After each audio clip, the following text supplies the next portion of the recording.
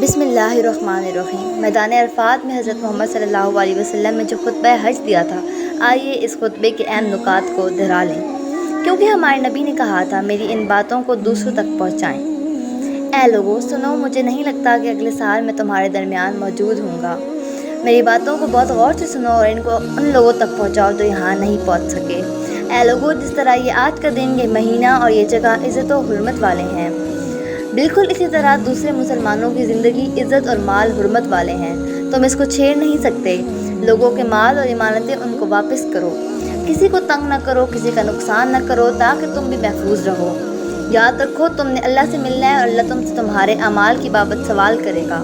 اللہ نے سود کو ختم کر دیا، اس لیے آج سے سارا سود ختم کر دو، معاف کر دو۔ تم عورتوں پر حق رکھتے ہو اور وہ تم پر حق رکھتی ہیں۔ جب وہ اپنے حقوق پورے کر رہی ہیں تم ان کی ساری ذمہ داریاں پوری کرو۔ عورتوں کے بارے میں نرمی کا رویہ قائم کرو، کیونکہ وہ تمہاری شراکت دار اور بے لفظ خدمت گزار رہتی ہیں۔ کبھی زنا کے قریب بھی مت جانا۔ اے لوگوں، میری بات غور سے سنو، صرف اللہ کی عبادت کرو، 5 فرض نمازیں پوری رکھو، رمضان کے روزے رکھو اور زکوٰۃ ادا کرتے رہو، اگر استطاعت ہو تو حج کرو۔ زبان کی بنیاد پر، رنگ نسل کی بنیاد پر تعصب میں مت پڑ جانا، کالے کو گورے پر اور گورے کو کالے پر، عربی کو اجمی پر اور اجمی کو عربی پر کوئی فوقیت حاصل نہیں۔ ہر مسلمان دوسرے مسلمان کا بھائی ہے، تم سب اللہ کی نظر میں برابر ہو۔ برتری صرف تقویٰ کی وجہ سے ہے۔ یاد رکھو ایک دن اللہ کے سامنے اپنے اعمال کی جواب دہی کے لیے حاضر ہونا ہے۔ خبردار رہو، میرے بعد گمراہ نہ ہو جانا۔ یاد رکھنا میرے بعد کوئی نبی نہیں آنے والا، نہ کوئی نیا دین لایا جائے گا۔